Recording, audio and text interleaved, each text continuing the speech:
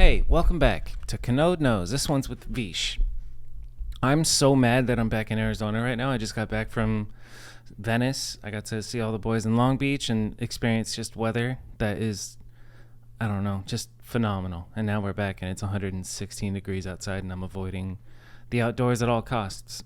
So I thought I'd get that off my chest. But this podcast is dope. Veesh is the man, and we talked about everything from BMX to filming, his setup, what makes a good BMX video, and then he's like I have, he's lost weight, and we talk about how to do that and give advice to the fatties out there. So I hope you enjoy this, and if you like it, or even if you don't like it, tell me to keep going, man. Give me suggestions on who you want to hear from and who you want me to talk to. And yeah, just send some love. That's all I need. That's literally why this is all going down. So I appreciate all of you guys who are listening and watching, and I hope you enjoy. Here's Veesh. Says got it. All right. So we're recording. I gotta tell you, dude, I just scarfed down an avocado, a handful of macadamia nuts, Okay. 2 full mozzarella string cheeses, Okay. and on that avocado I had everything seasoning, Okay. Yeah. a protein bar, Okay. and then a really hefty swig of tequila because, you know, we're out here. It's Friday night and we're podcasting, dude. Yeah. Did you change your light? So Was it I not got purple before. this is blue now, or that's blue, and then That's that's purple over here. that's orange. Yeah. Okay. Okay. And I have my aperture. No, this is an Amaran 100D with a little softbox on it. I'm not gonna know, but all right. It's Little got honeycomb. it's got the grid so that it keeps Yep. it locked in on me. And then for the first time ever, I gave myself a little fill light over here because this side of me is always a little dark. You know? Okay. You know what I'm saying, See? dude? We're just leveling up. Little tweaks every Yeah. time. Yeah. It looks like you're home. You said you were on vacation. I was, and I got back today. Yeah. Where'd you go? I went to Joshua Tree with my girlfriend. She found this Airbnb out there that has like a music studio in it.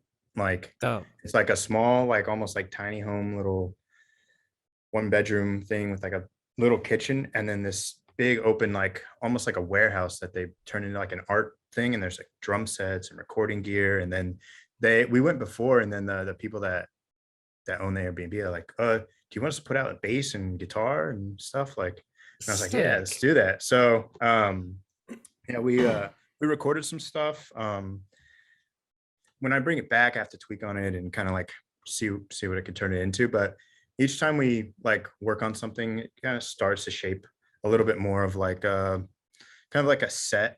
Like we want to play somewhere, but we're just kind of like right now we're in between doing like covers. And then what we found on this trip is that I do like loops where I'm like recorded and then loop it and I add something and add something. Sick. And as I'm like making these beats, we figured out that she could kind of like come up with like words and lyrics, and they actually could be songs. They don't have to be instrumental. Nice. So now it's like, can I mix like a cover and then do an original but live loop thing and then a cover? And so that's like just this other little. When you say that's you and your girlfriend making music together?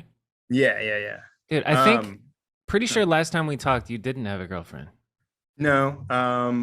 About a year ago or so, I reconnected with an old girlfriend I used to date a long time ago. And so we just been kind of like slowly kind of moving along, and then like we've played music together. That's what we used to do. So sick. We're doing that, and I don't know, we haven't like done anything with it, but we're still kind of like figuring that kind of stuff out. And it's definitely when we have pockets of time to do it. So it's not like a thing we're doing all the time, but that's why it's kind of nice to just get away for like a couple of days and just like hang out and then work on this music, especially in a space that's like made for it pretty much. It's like, what a perfect vacation. Dude, it's so random. Like when she first sent the link through, I was like, yeah, I see that there's drums, but like they don't really think you're gonna play them, I don't think. But no, like they're like wanting you to like do that stuff. So it's a really cool spot. That's amazing. Yeah. Good for you guys. Yeah. That's sick. I'm so jealous. I need to get on a vacation. I've been fantasizing about just going somewhere up north and letting Trip run loose in the woods. I feel bad for my guy. It's like 114 degrees outside, so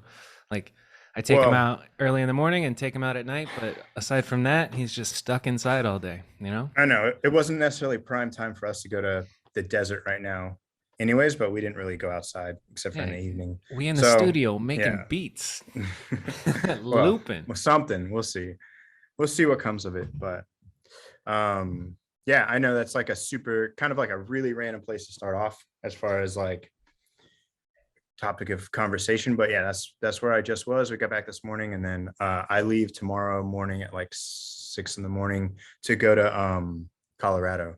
There's a Vans fast and loose trip thing going on. Sick. Working on a video. We went to Hawaii once already, and so this is the second part of the Nice. the like project to just fill out I don't know, some How different did that clips. how did that start? How does Vans, so I know what Fast and Loose is and I know what Vans are, but how do they come together? I would imagine like through Cult. Is there a connection there? No, not as much through Colt, but like I mean they have Corey, they have Jason Watts, they have like a few writers, and then they just want to work with them to do stuff. I don't want to talk too much because I honestly don't know a lot about the other side of it, but they do have something like a collab project that they're putting out. Sick. So Yeah. this video is going to be promo for that. But I kind of low-key I, forgot that Vans has a BMX team for a second. That's when I asked that question. I was like, I don't that know. seems crazy. So yeah, now that's they did. I don't know if you guys didn't see like the Live Fast video series they did with Chris Gregson. It was like a 3-part thing, and he's in the pools filming them on a skateboard. And Oh, yeah, you, yeah, yeah, yeah. you need to check it out for pure filming Yeah, I alone. But know. also, That shit's but next like level. this is like the next piece of that. That was just like the first thing they did. Dope. And then now they're just doing something else. Dude, So I love that filming. When you're yeah, behind them in a bowl and you can actually shred on a skateboard. well, they're Is he not. on a That's not skateboard or a me. rollerblade? Yeah, I know. That's He's not me either, but skateboard, yeah. skateboard. But uh, no, I'll do the deck. We'll skate Yeah. around this way while you go that way, and that's about all I got. For real. There was a And I period of need time where I wanted to learn how to shred a bowl so bad just to do that. I remember I was on a trip in Oregon with the Sabrosa guys, and like I gave my camera to a random stranger who could shred the bowl and had him just follow and then put some clips in there and kind of took credit for it. And I was like, look at me, you know? Anyway. I feel like because Gregson gave us some footage, or actually he pretty much filmed most of Trey's like "Welcome Back to Colt" video that just came Yep. out in April, and I hope people don't think that's me because Right? he did, yeah, he did pretty much like all of it, and there's definitely stuff I can't do that's in there. Yeah, they just hit you up But like, hey, we're going on a bowl trip. We need that good footage, dude. oh no, they wouldn't be hitting me up for that, but I'm on retainer for Vans, so they Dope. give me different projects like throughout the year, and this happened to be one of the projects Yeah, that so I got to do. So, I but guess I filmed so much with Corey and Jason for Colt stuff that it like kind of like made sense, I think, for yeah, me I to be love on that. that project. What does So your, occupation look like at this point in time? We kind of just jumped into it. This is Veesh, everybody. Second this is time on the podcast, dude. this is how it starts. Yeah, Yeah. actually, not that I wouldn't want to do an in person, but I think the Zoom is kind of cooler because you just get to do it when you need to do it, Yeah. and So it's last just kind of minute. just like focused in. Like I don't know. It's. I think I've always debated if like, oh man, I'll get around to starting one, but I want to do it in person and all this, but you're able to just pick who you want if they're available and do it, and that seems like way more easier to keep it going. Like Yeah, for real. it seems like scheduling would be a really difficult thing. So and then I've been tuning in and loving seeing these ones recently. The Daryl one caught my attention right off the bat, and then I went Hell back yeah. and I watched some other ones, and You watched. it's So been awesome. you watch it on YouTube?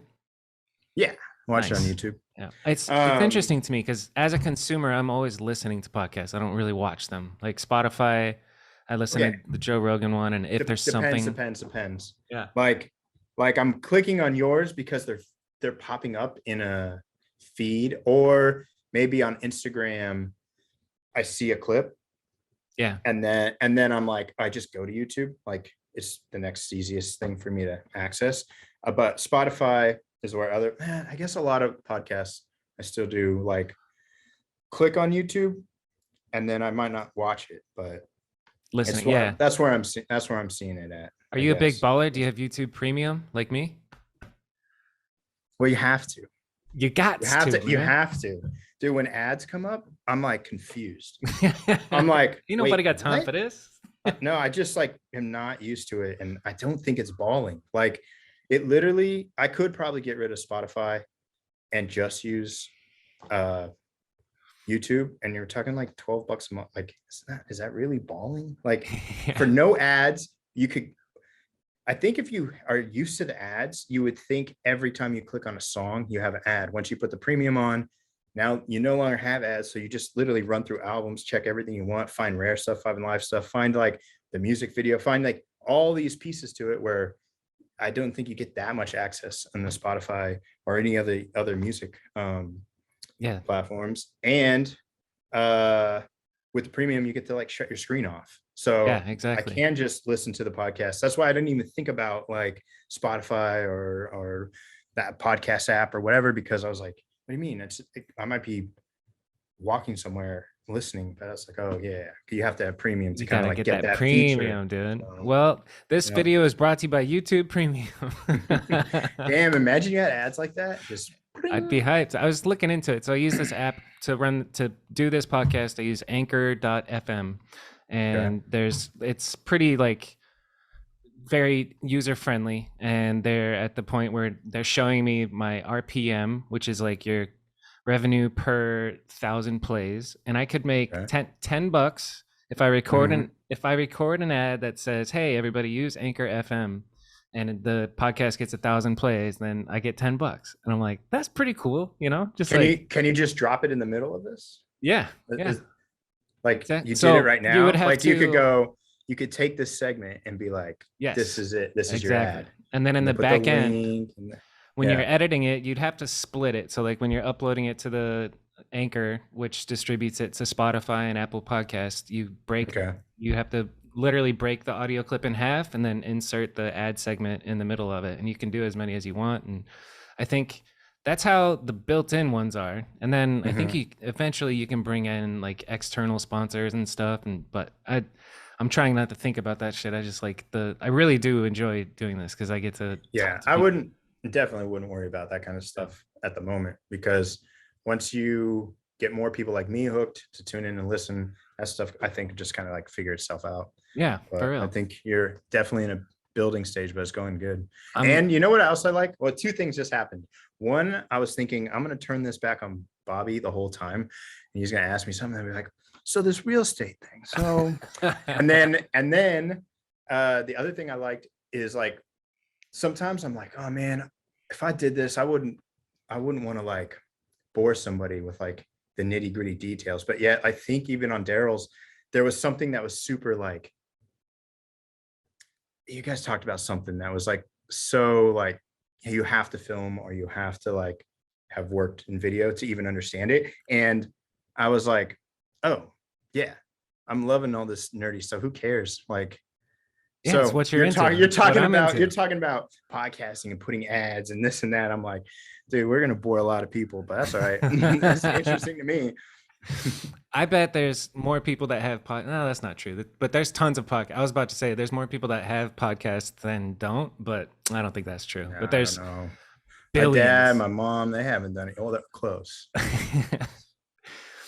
Have you ever done one yourself? You said you thought about it. Podcast? Oh yeah, I think about it, but then it's like the thing is like I feel like you have to be doing them all the time. Yeah. So I have other things that I've even started, and then I get busy, and then I kind of get to a limit, and I probably need to work past that. But like another point of like I could cram another thing in that makes me like stressed out or feel like I'm taking away from the quality of something else I'm doing, or right.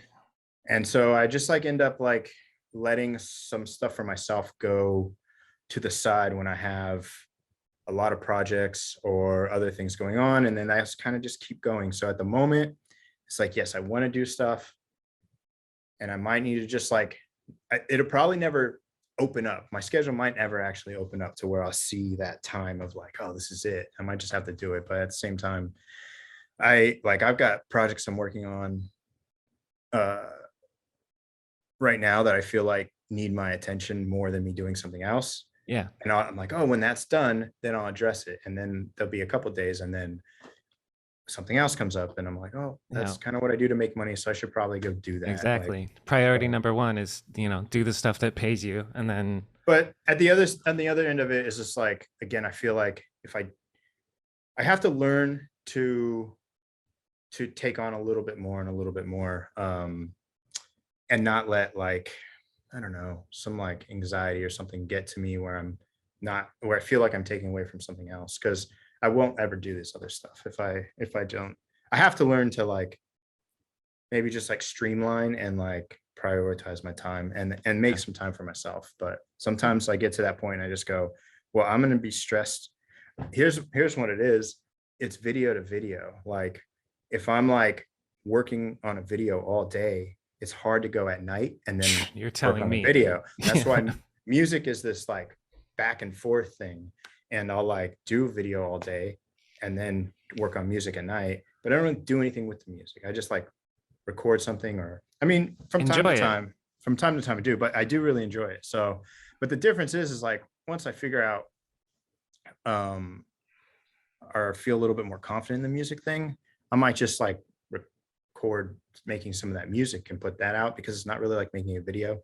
Yeah. Like I think like you probably even know the difference in maybe what you do now. It's like you're kind of just, you might just be like chopping out the boring and just like moving it along, where when you're like making an edit, you're taking a whole bunch of things and creating something that but like if you're going through a house with somebody, like I don't even know if that's what you do anymore, but like you went through the front, you got to the back, you make sure the point's good, it goes, I'm on, you're on. Pretty straightforward. It's like a different muscle kind of, or a different thing, but so like BMX and wedding videos, emotionally draining. Like if I'm editing it, my heart and soul is into it. If it's really good, I'm crying while I'm making it, and I'm pulling from years of footage and all that. But then, for work, I'm filming vertical, I'm telling them what to say, and I'm putting captions on it and animating the text on the screen, and then putting a cool song on it. And like that's of big value to my client or my boss, Jamil, and that's how that goes. But I can totally relate, because my job is video, and then on the weekends my passion project is go film BMX, and then on top of that you want me to just record a podcast, and you have to record it, schedule it, and talk to the person, and then you record an intro after, and then you go through and edit it in Premiere Pro. And that's why I just put very minimal effort into this, just so I can keep it going and get it done. I want to know, what is your like life like? What's speaking of priorities and doing projects, like what you're on retainer for Vans, that's super dope. Still working for Colt? Like what's the deal? What's your life like? My main thing is working for Colt. I've been with them since they started, and like worked my way through like filming web videos and being able to actually like make DVDs and stuff for them. And then I don't know, I'm pretty like, we've had a lot of people send in stuff lately, and so I've been like on an editing, so I'm like trying to like oversee the editing of pretty much anything that would go out through Colt. Javi, who works in the clubhouse and does like web and sales stuff, and kind of like does a lot there. He's edited some stuff this year, because we've been putting out like way more stuff than we normally would. I usually was like putting out like a video a month, and now we're almost having one come out every week. And that's like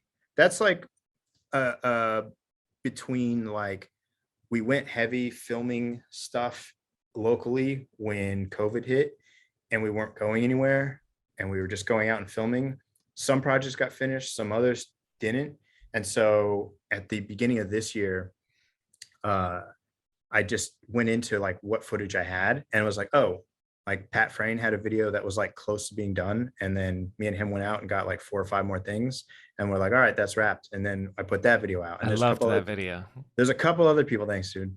Yeah. There's a couple other people who have done like the same thing. Right now I'm working with Max Vu. He's got like a bunch of footage he's sitting on, but he's filmed a couple more things recently, and I was like, you know what, I need to definitely go out and just focus on him, because I was like filming anyone like kind of aimlessly, because we were just doing whatever. Vegan was working on a part at that time, and then Yama came to stay with us for like 3 months. He was like staying in Long Beach, so we were linking up. So he filmed the video, Vegan filmed the video, and then a lot of other people just have a 75% stack of footage that I'm just going to try and finish out. But that's where I've been able to like pull from and just like edit these videos up like that's great, kind of quickly. And then, you know, we've been going on trips, and those kind of then fill in some other things. And then I want to linger on Max Vu for a second. Okay. How long have you guys been working on this edit? Because watching him basically grow up before our eyes has been spectacular. So I'm curious what this edit looks like. Has he grown 5 inches in the span of filming this video? Actually, yeah, he definitely has grown. Like, that's funny that you bring that up. No, he definitely has. He rode like a pretty small, almost flatline looking bike in the beginning, and now he has like a regular bike, like nice, regular size. I think 21-inch top tube, the whole deal. But give me a little teaser. Give me a taste of like what kind of clips he's got. What's a good one that we can look forward to for when that drops? So,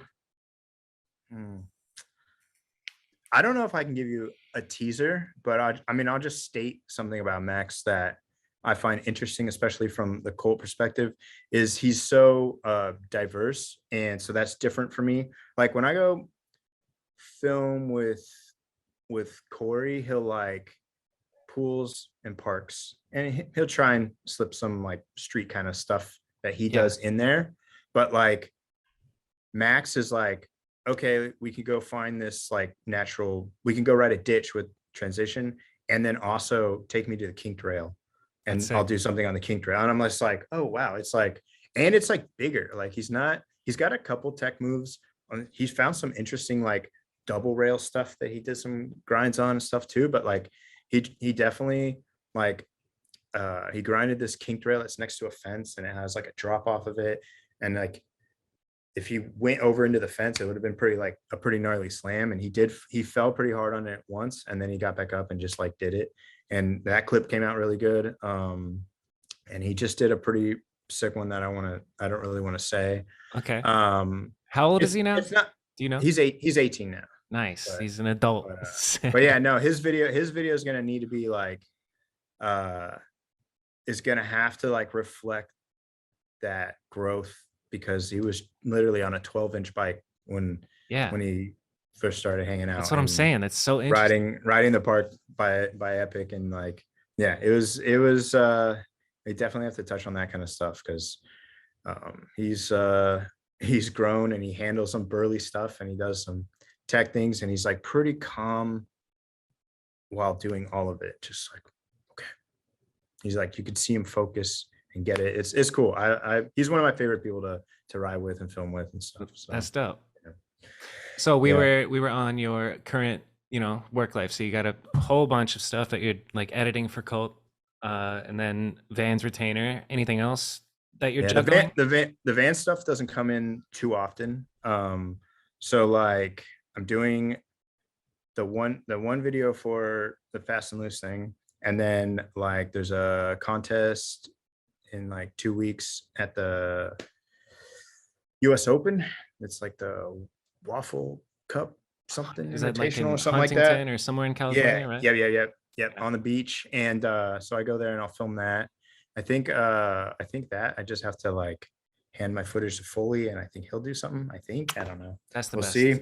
Those are the best. But what I'm up to right now is like trying to figure out how to like, we're going to go out and film, and we're going to try and make edits and do stuff that we usually would. But there's like, kind of seems like a flood of stuff going on YouTube right now, where unless you're like really working on a pretty solid project, it's kind of hard to like put a ton of work into something and not like yeah, I don't know if you just like do it too often, it kind of like starts to like go down a little bit. I don't know how to explain Mhm. what I'm trying to say, but like, um, like Max's part that he's putting in a lot of work towards, uh, I think when it feels like it's right to go up, it'll go up, and then hopefully, everyone watches it and they appreciate it and all the hard work that's put into it. But I think that like I've moved on to like trying to make smaller, what I call snacks, just little bite-sized things in between the meals. And Yes. so we started doing this cruising thing that we used to do a long time ago, and we only did a couple times. Again, I always try to make like like a series of things, and I start and then fall off. But Yep. this one I've already got four of them filmed, so it's like at least I have something in the bag ready to go. And like the way I'm doing it is to kind of become my new favorite thing to do, because we're just riding, and it's like kind of on me to like try and make the filming entertaining, just to like spice it up or like have a good time, and not do all just everything hard, like Right. everything Yeah. difficult, everything.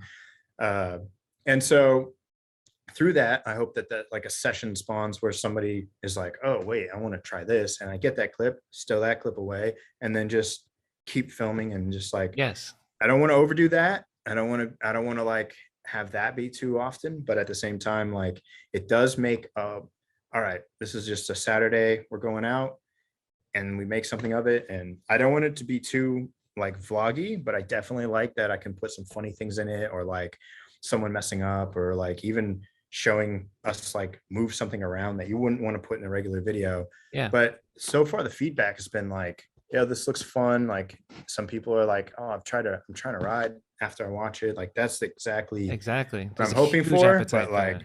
and it's cool because I'm gonna be able to like work with a bunch of different people that ride for Colt. Like I'm gonna try and do one from the US Open thing, which doesn't quite make sense for like just going out, but I'm gonna go behind the scenes of the contest. And Yeah.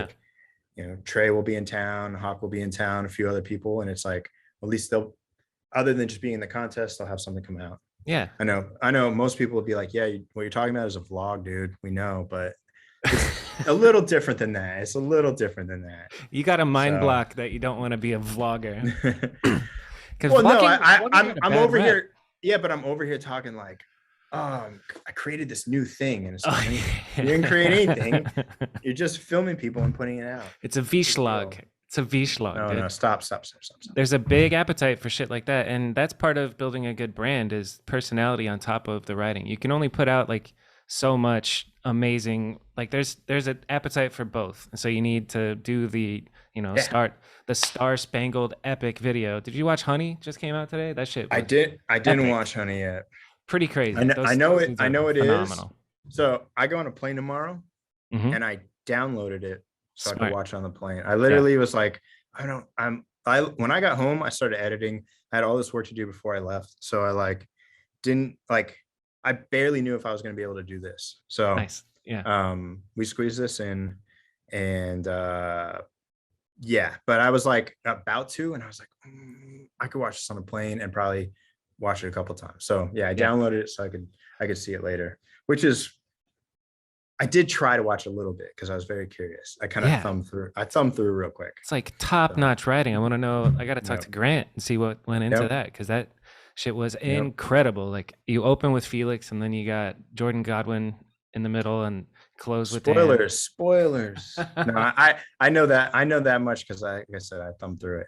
I just was like, I need to get a taste of what's going on here. Yeah. So point being, what I was saying Yep. is like there's a desire for that, and that's like the big pillar. But to fill in the constant appetite for content that we have, like you gotta do something that you can do continuously and easily, like just talking or giving tips, or the things that people cringe at is what you gotta just like turn off the cringe button in your brain and be like, let's make some cool fun. And you put a really cool flair on Like you take your cringe and you actually put something out that like makes you laugh and like you're making fun of it. I've loved some of the shorts that you've put out on your Instagram for you personally, like making fun of the shit, but also literally doing the shit. So there's a Yeah. happy medium in between there, and I think you can Yeah. find it. And you're an artist, dude. Like you're a musician, you're a passionate artist with your editing. So it's it's hard to turn off the cringe button, but somewhere in between, that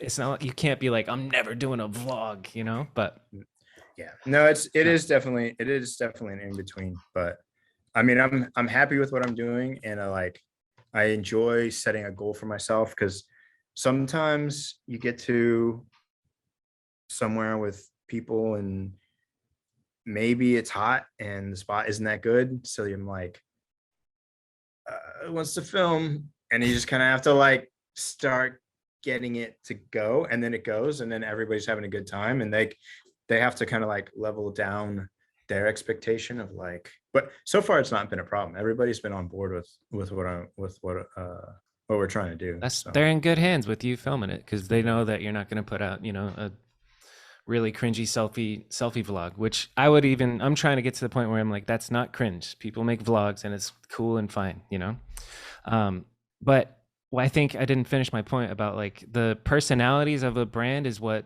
really sells it. Like Sabrosa's heyday, I felt like was when Miles and LaShawn and just they created this culture of like the party boys running around for however long that was. Like that made Sabrosa pop off, in my opinion, and that is something that's like tough to capture. Who's on Cult or Vans? Who's like your most fun personality to be around filming? Like who could have their own TV show, like from the Cult team or the Vans team?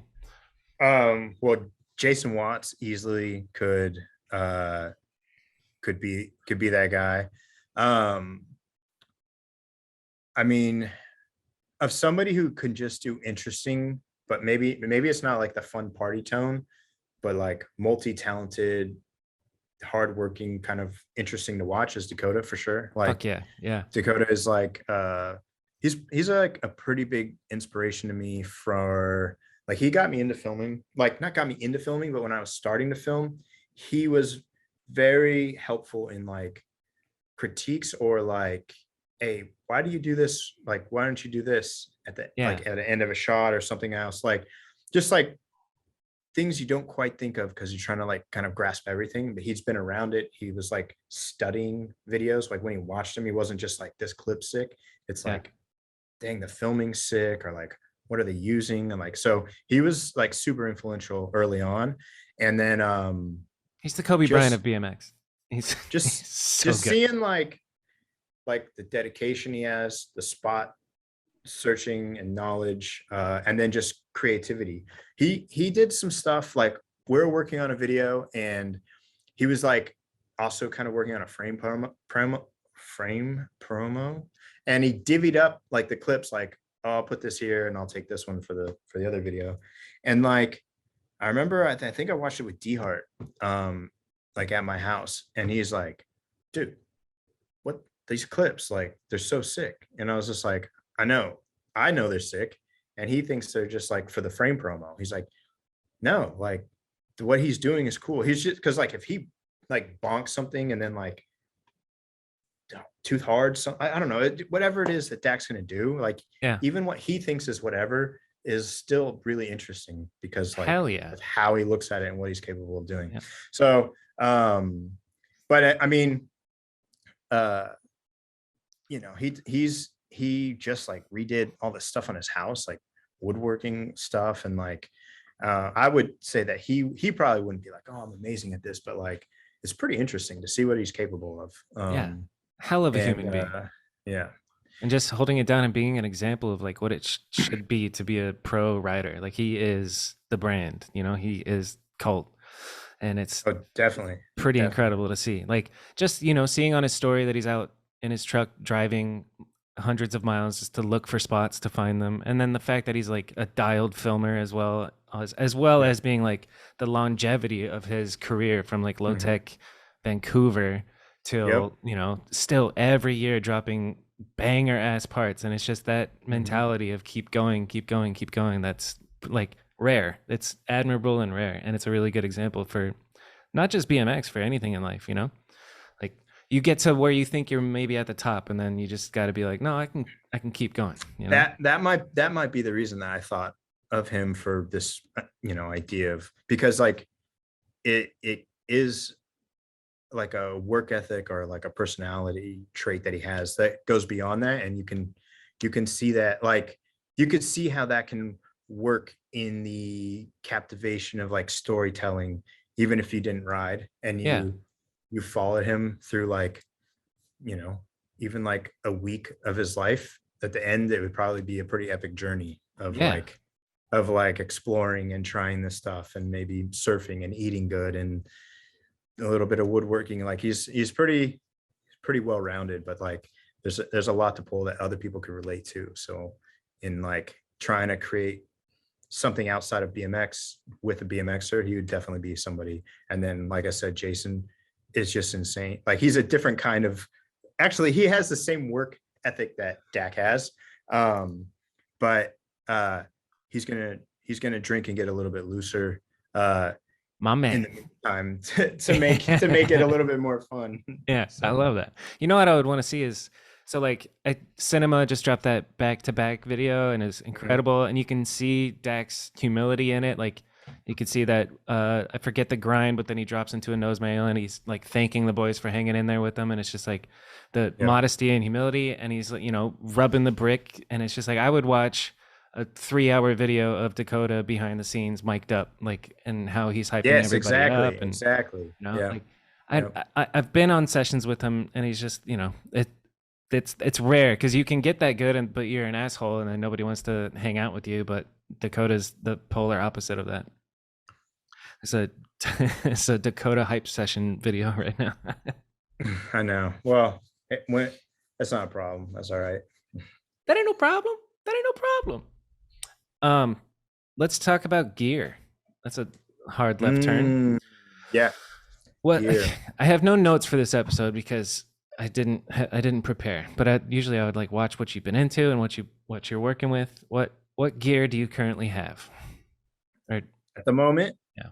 the primary camera A7S III, and then pretty much always has the Canon fisheye on, Metabones adapter.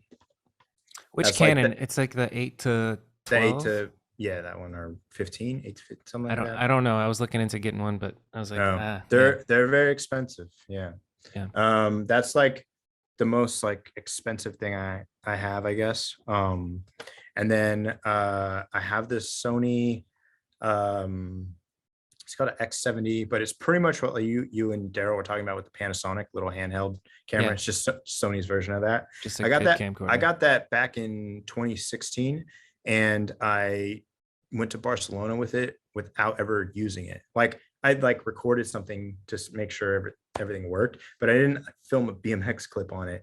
So the zoom was like, I was like, oh damn. Oh, So I had to like stay a little loose on the zooming, and then I kind of did some post yeah. crop zooming because I was like, dude, I think I'm gonna cut people's heads off in the camera, so I'd rather give myself some space and like fix Smart. this later on. And then now that I'm used to it, like I feel like I'm pretty comfortable with it. And but yeah, I like when I yeah back in 2016, I think. Before that I had HPX, and it records 720 60, but my phone was recording 1080 60. And Yeah.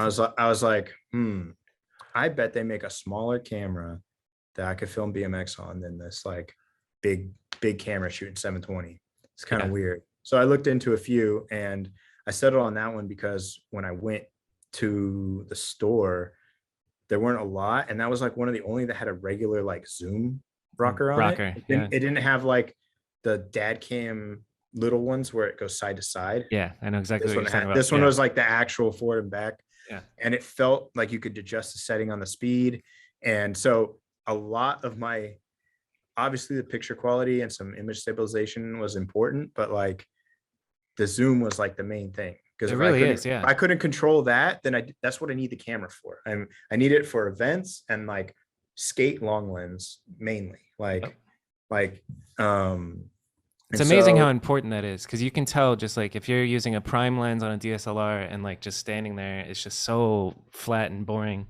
yeah. You know, it's zoom is a requirement for long lens, and I think that stems from like the original VX footage. Like, Oh yeah, no, I want the shots you can get with it. When yeah, when the skating starts going like this and it's like this, like I would just call it like animating the shot. Like yeah, this is the shot. It could just be go across, but if I go like this and like all the stuff in it, sometimes you need it just because you can't really see what's going on in the spot. right, Like maybe some kind of like double rail setup. I got to skate this way, so they go boom to boom to doom, and now you see all of it. Like I don't yeah, know. I mean, you got to figure that stuff out in the moment of what looks good, but you need to have that option ready. And now, I mean, like I can use the A7S with the zoom, like the servo lens on the side yep, thing.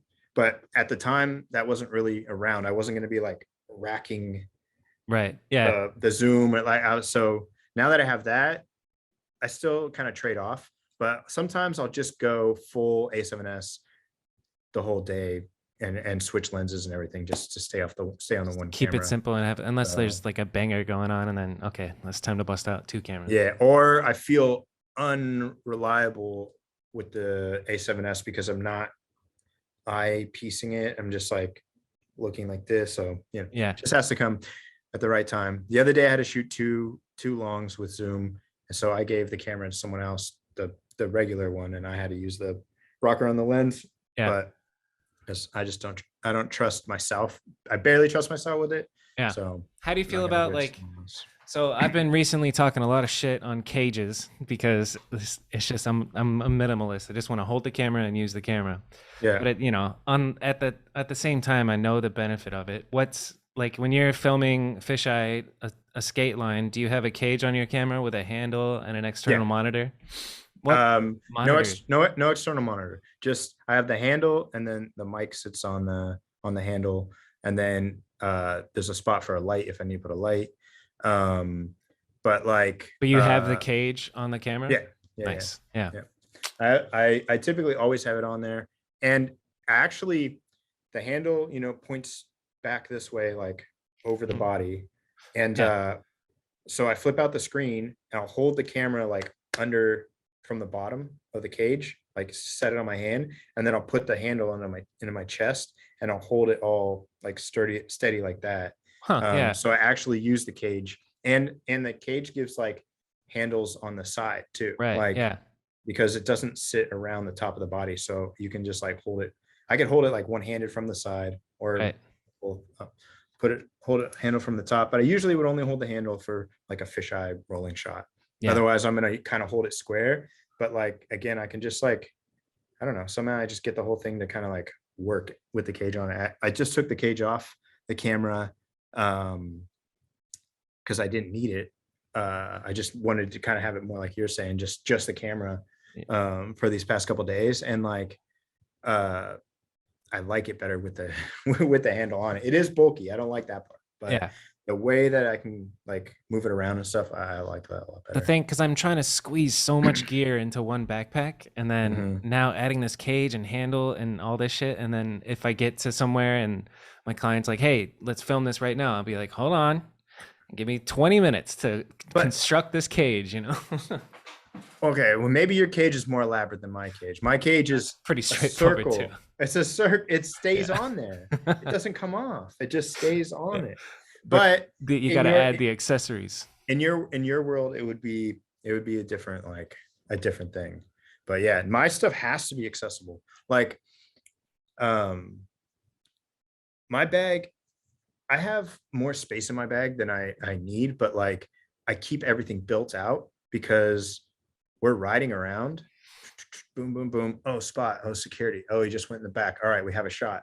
I'm like, Yeah. zip, boom, run over, boom, get it, move out. Like, I never want to have that lag. That's probably one of the reasons that's kept me off the gimbal, is especially when they first were coming around. Yeah. When I was at Fox, I had to use one of the first Ronins that came out that were like huge. Big boys. Yes, and dude, setting that up was like insane. And so then I was just like, this doesn't apply to at least my world of BMX. Like, I don't know. I film motorcycles and stuff with it, but I just never It's a cared about totally different filming. look, but you know who Yeah. does it well is Peter Adam. Like he's Well, doing. I'm not saying people don't do it Oh, well. of I'm course. saying for me, like the time frame of getting it set up. Yeah. But nowadays with like the mini and stuff, like or just the handheld one, I'm sure it's so much easier and faster. I own one. I've never even used it.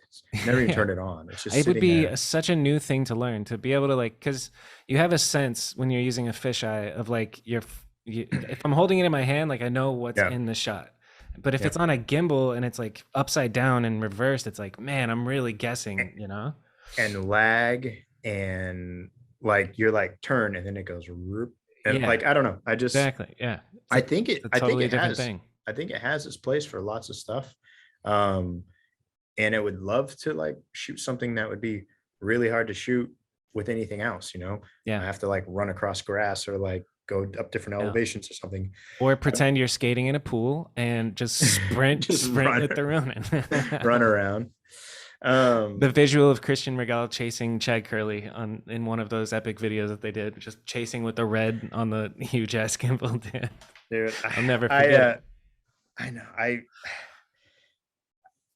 I'll get around to a gimbal one day. I don't know. Someday I'll grow up. It's just been, is it a growing up? What if I also have a drone. I never fly the drone, just sits around. Should probably fly the drone. It's good to have.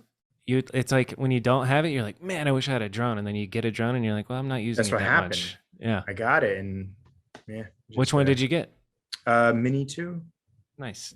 I had the regular one and then I crashed it and then I fixed it and it's never been quite right. And then the last time I went to fly it, it was in Long Beach and it was like, you're in a no fly zone.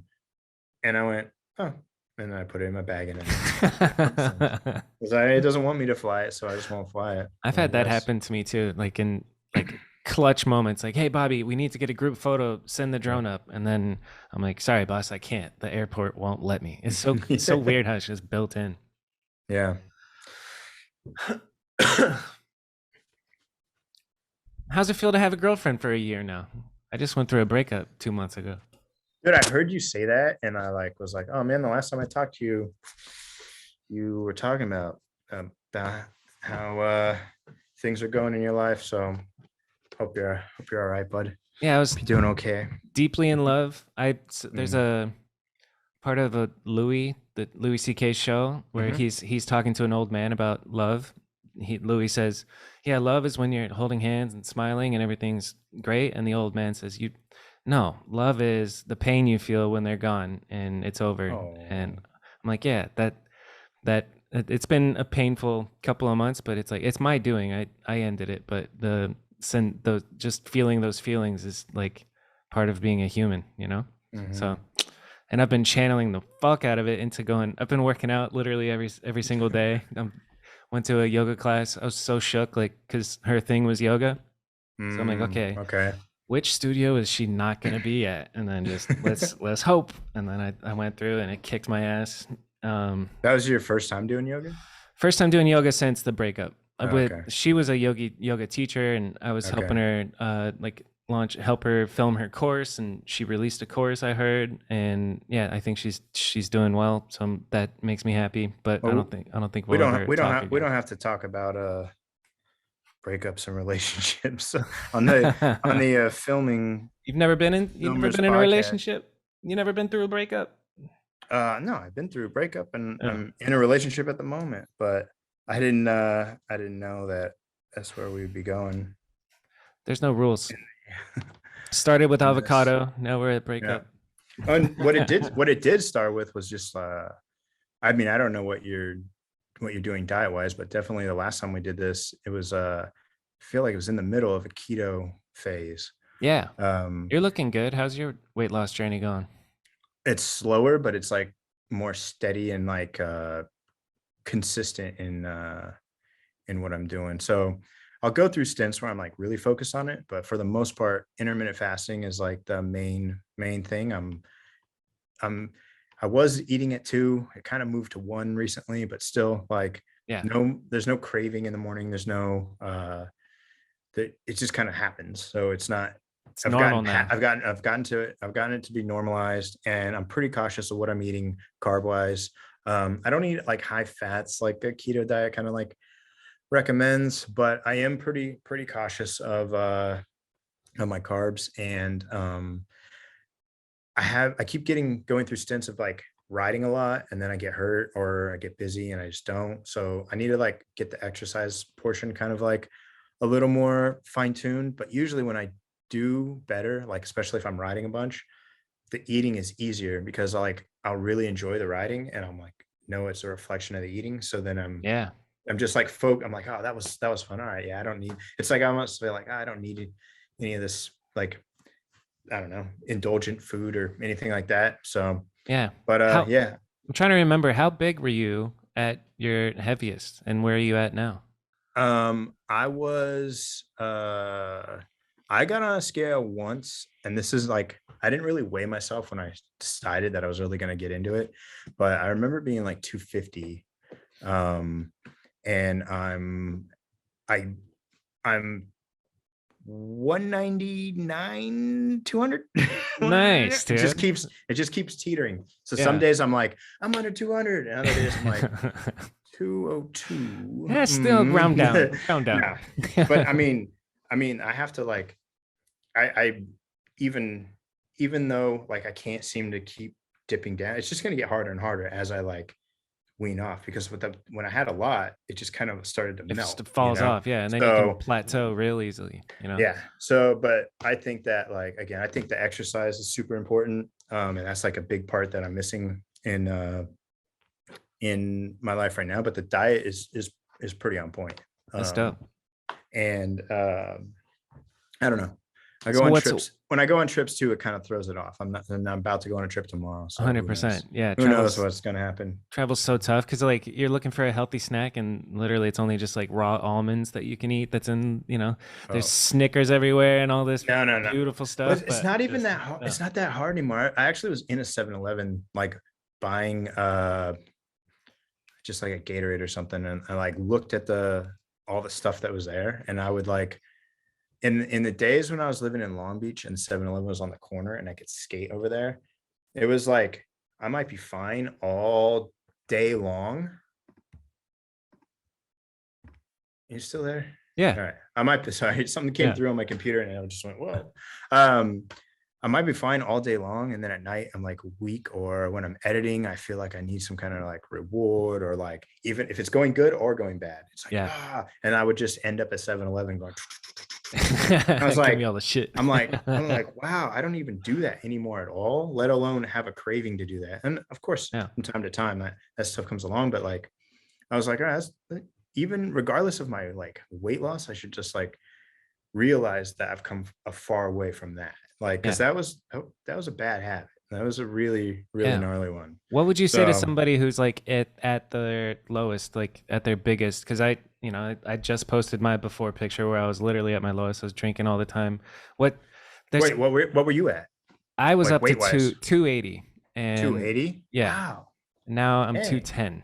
So 210? we've come a long way. And yeah, I Dang.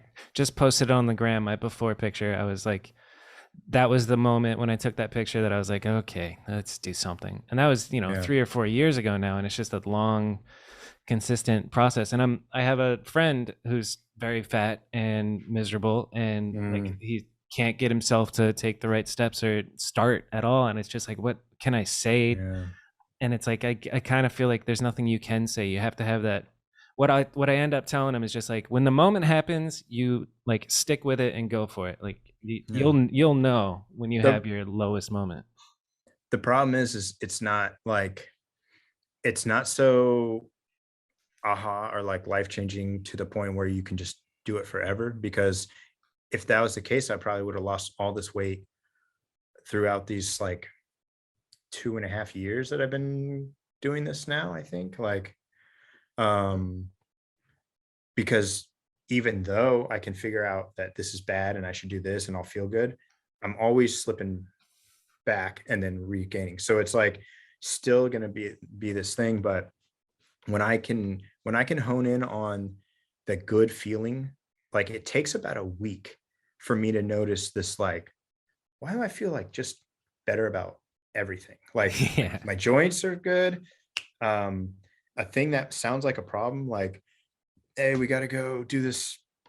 I can't even think of what, but like, oh, we got to go, something that might be, sounds like it's not going to be that great that you just have to deal with. I'm kind of just like, okay. Like I can be Yeah. more like cool about things and like things just kind of work and you go with the flow. And it like, I don't know how eating changes that, but it has to do it something in my brain of like making me just kind of let go of like worry and just be like roll with it and things just kind of work out. Yep. But like when I eat bad, that fogs up and then it like turns like even my editing into like this video's never gonna work. Like, what did Yep. I do? Why did I do this? And then but yeah, it takes about a week. And then like I'm thinking pretty much anytime you lose like a few pounds and you are a little bit lighter, you do kind of like stand up a little bit and you're like, Oh yeah. why do I feel different? And Yeah. you're not going to see it a change, but that feeling, you just have to figure out how to that feeling came from your actions, and then all those good actions are going to turn into another positive action, another positive action. Yeah. So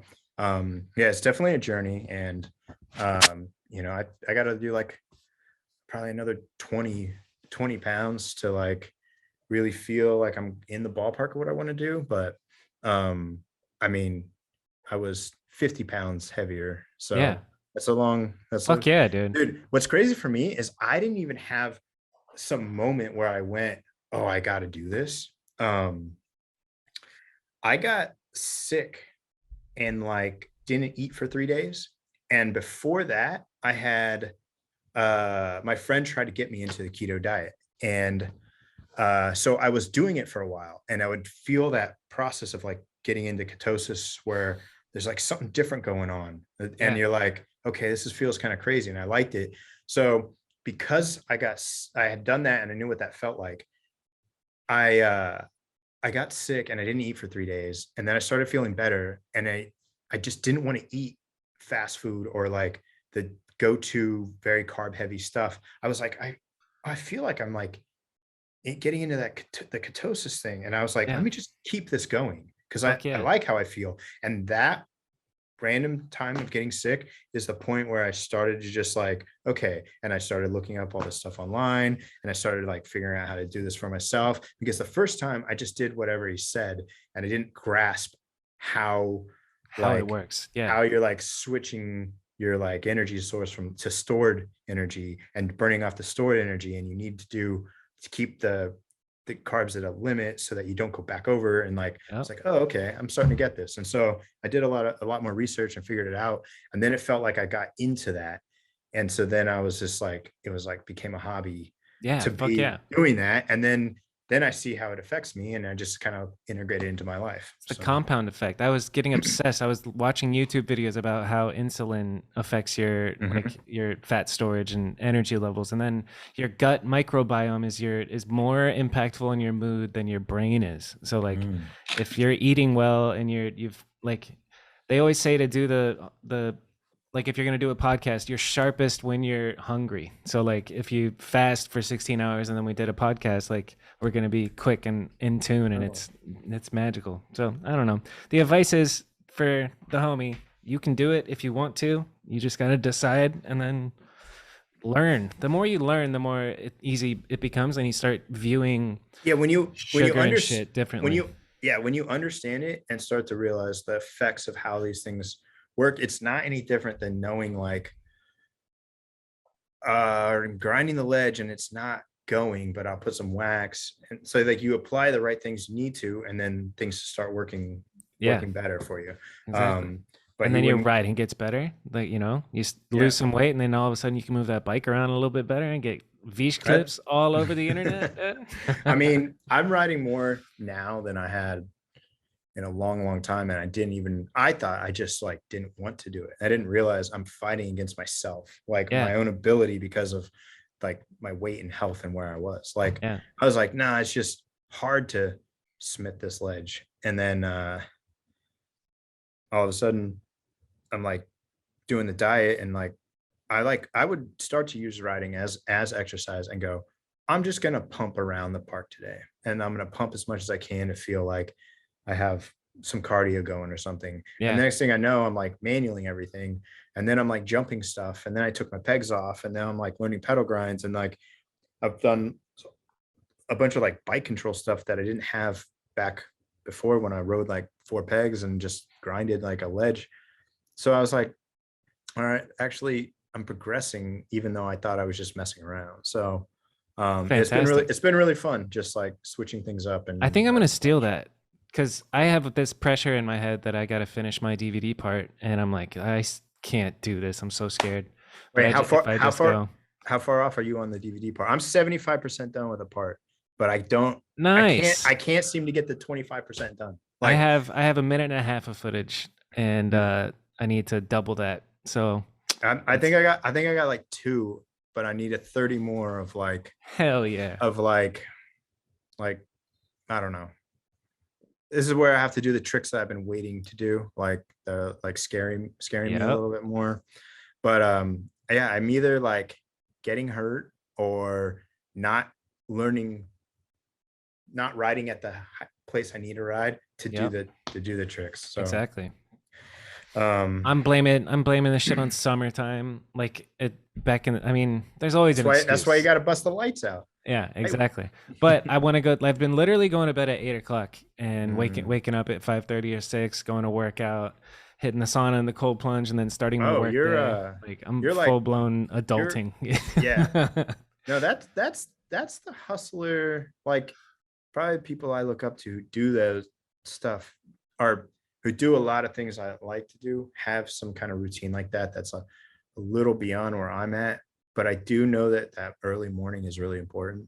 It And feels like amazing. even that like kind of earlier sleep. You're going to bed at 8. Yeah, like Are you gonna be up? that's Are you gonna ideal. be up late tonight? It's Yeah, already yeah, I know. yeah, It's you're past already my past bedtime, it. bro.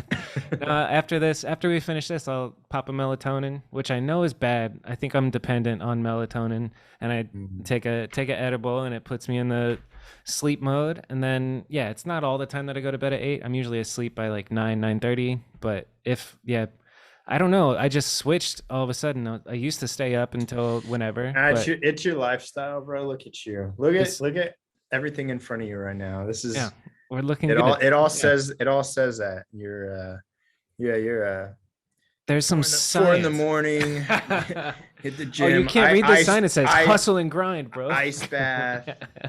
The ice bath is the truth. I've been doing that like 3 or 4 times a No, week. really? Right before I came here, I just did a sauna and cold plunge, and I feel like your dopamine in your brain goes bananas after you do cold plunge. It's like a put These are your real estate boys. yeah, mind over matter. Putting you Uh, onto it. what was I gonna say?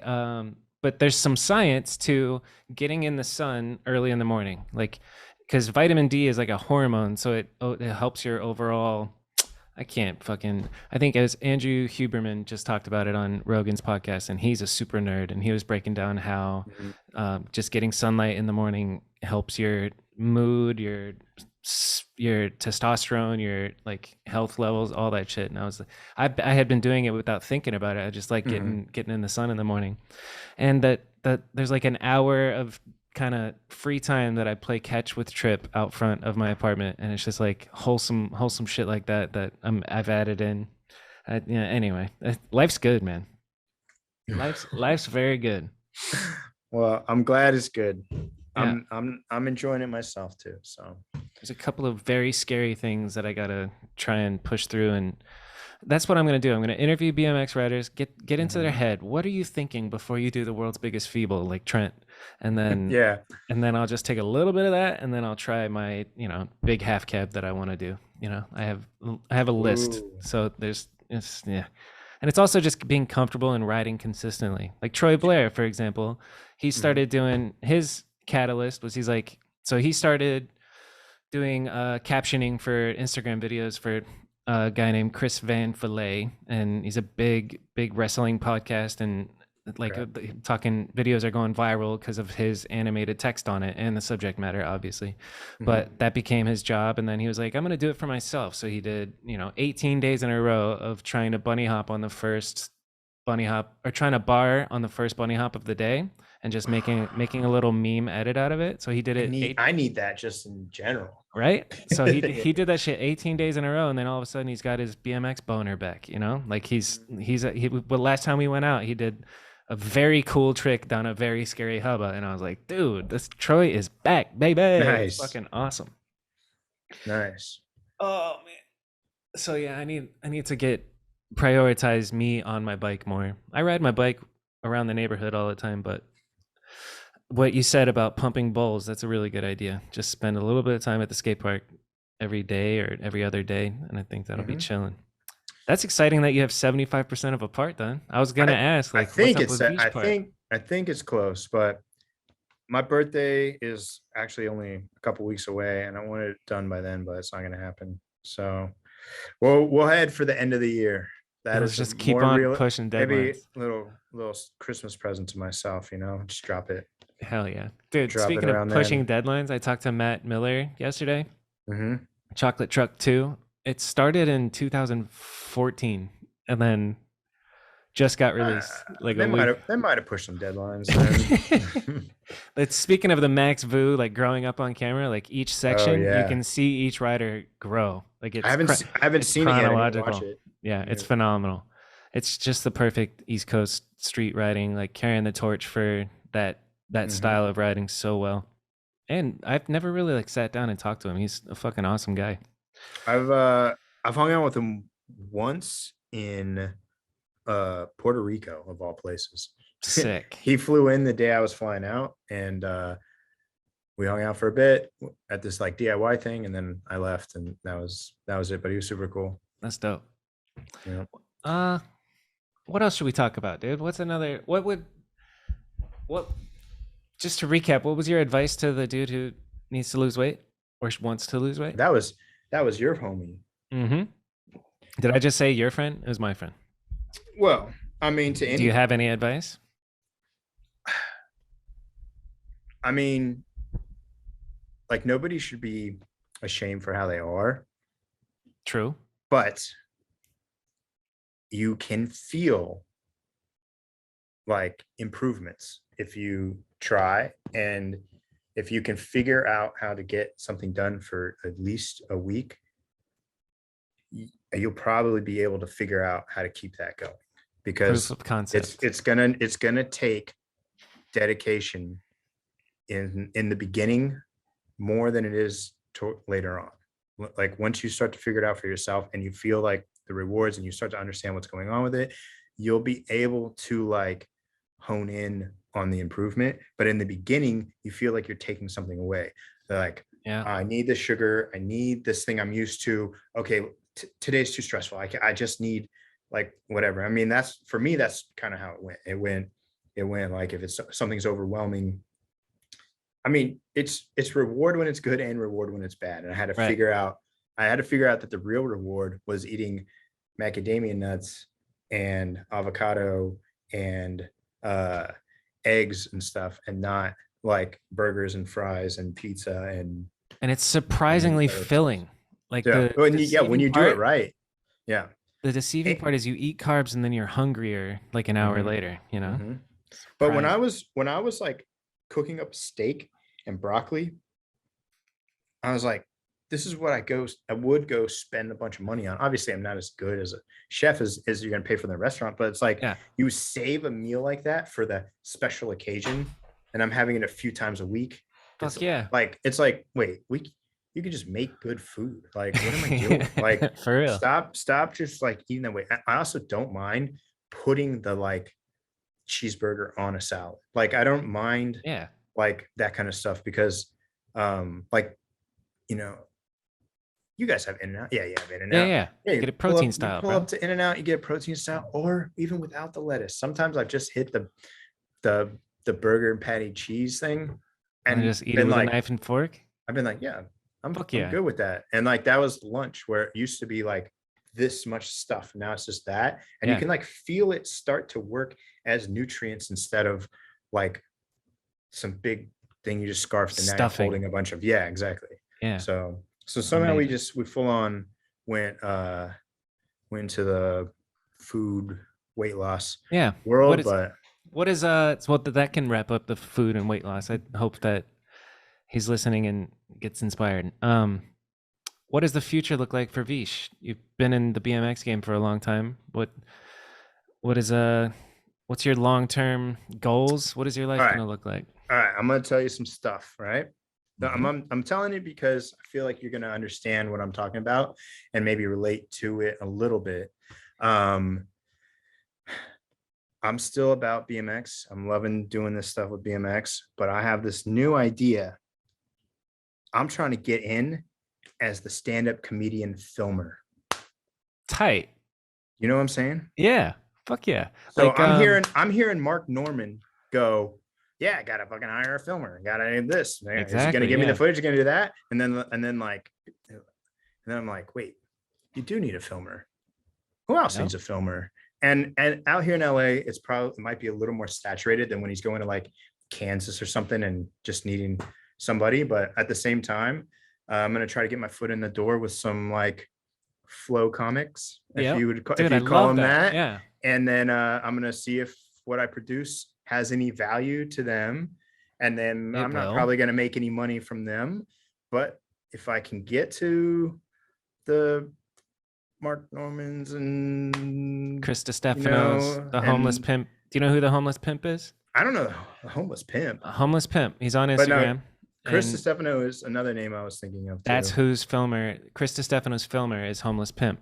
Okay. Andrew Schultz has a whole entourage as well. Oh yeah. Let's see who else. But see, those crews are like in with their crews.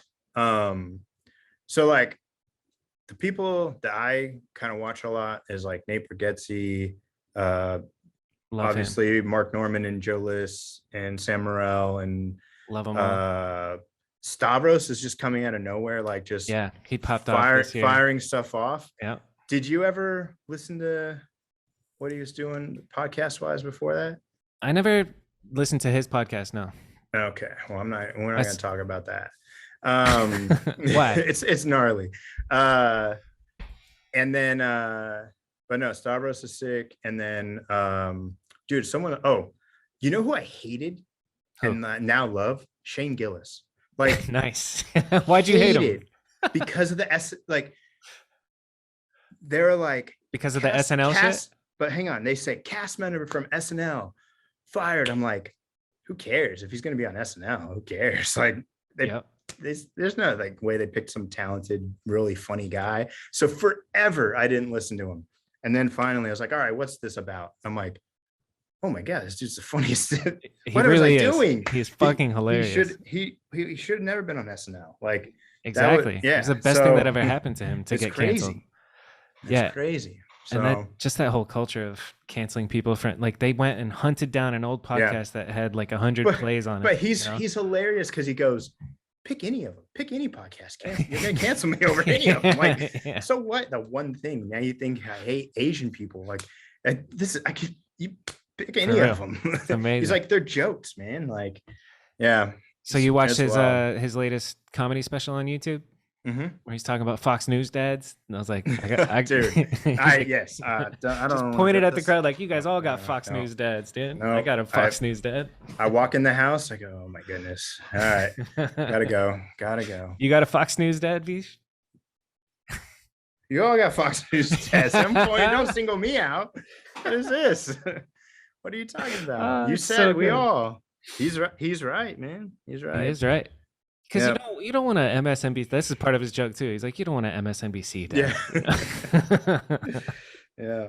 But no, I'm hoping that like between like I have Bray Improv, Comedy Store, Laugh Factory, actually a few different improvs out here.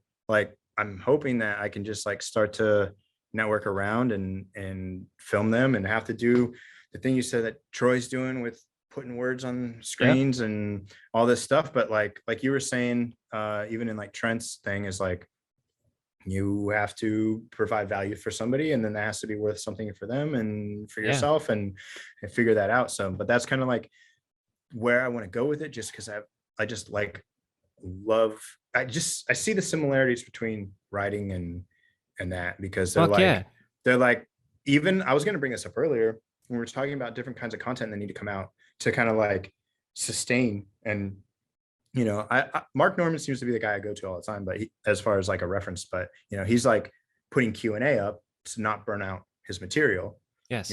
And so like you have to come up with different things to do. Like, I'm like, oh, it's just like, is this an Instagram clip? Is this a real clip? Is this like, it's like, yeah, all right. And then they're traveling, they're meeting people, they're seeing where things are going. They're talking about like issues they have on flights and planes. And I'm just like, dude, it's like the same but different. It's like a different, like mature level of going to do something exciting and creating something out of it. Exactly. But it's all the same. It's the like, same growth in the industry. It's the same, like, there's a filmer, like you said, picking like what counts and what doesn't. Like the people, like most comedians are putting out their crowd work because that's stuff that happens one off, and you can like dish that out without spoiling your material. And dude, yeah, I'd love stand-up comedy. That's a really cool decision you've made to hone in on that. I'd love that. I wish you the best of luck. I had an opportunity to do something, but it was at the same time I went out of town this week. So I was like, when I get back, I'm gonna let's link up and try and do something. So sick. But again, I'm just like gonna see how it goes. But just like you were saying about like the filmers for the comedians and the stuff that they already have going on. Even today, I went around and found like some filmer, like the people who are behind the podcast, so that I can like, because like Joe List was on their dude about like, am I ever going to see this footage? We filmed it, we didn't edit it. And I'm like, dude, I need to shoot this dude a message like, do you need me to, can I try and edit something for you? Like, I just want to see what happened. Like, and like, I don't know, like I'm most likely going to get shot down a bunch, but I'm just going to throw out to anybody that I think might be in the realm of understanding, like that could provide something for them. So I'm a Tim Dillon stan. I love Tim Dillon. I think he's the best. And I'm confessing right now, I sent him a DM when he was in Arizona, basically begging. I was like, I'll do anything to film you for free. Like, just, and I like list off, like, I'm a professional videographer and I could do skits, and just read. And then I was like, oh, well, still love you, man. He's the best fucking, I'm on, that's the only Patreon that I subscribe to is Mr. Tim Dillon. And he's got Ben and he treats him like shit. And I'm like, yeah, I'm glad I don't, oh, dude, he treats Ben terribly. Yeah, it has to be so different off camera because there's 100%. No way. Yeah, there's no it's a bit. way. It's a bit. It's 100% a bit. Because I'm like, dude, really? I would be leaving quick if it wasn't a bit, Yeah, definitely. That's great, man. Good for you. But I know I'm gonna get shot down, but like that whole spiel you sent to Tim, I'm about to send to like a ton of people. Yeah, do it. Every no is closer to a yes. Yeah.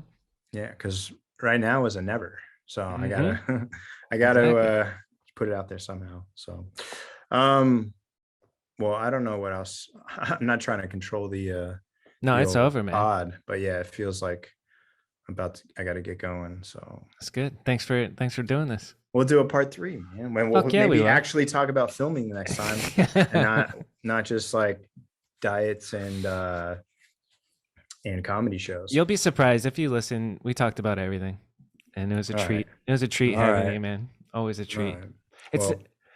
It feels the same. Like I loved being with you in person for the last one, but over here, it's chill, and now I can just go to bed. So I'm saying the Zoom's the way to go. So way to go. We're gonna switch roles when my podcast gets off the ground. That's what I'm talking about. Let's go. Veesh knows. All right. All right, man. Well, good talking to you. You too. Thanks for coming on.